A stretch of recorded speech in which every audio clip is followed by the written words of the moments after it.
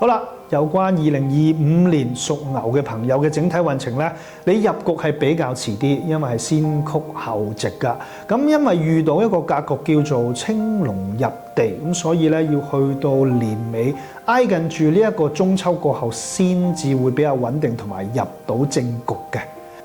嗱，好啦，工作方面喎，今年咧，如果你嘅工作崗位係同銷售有關嘅話咧，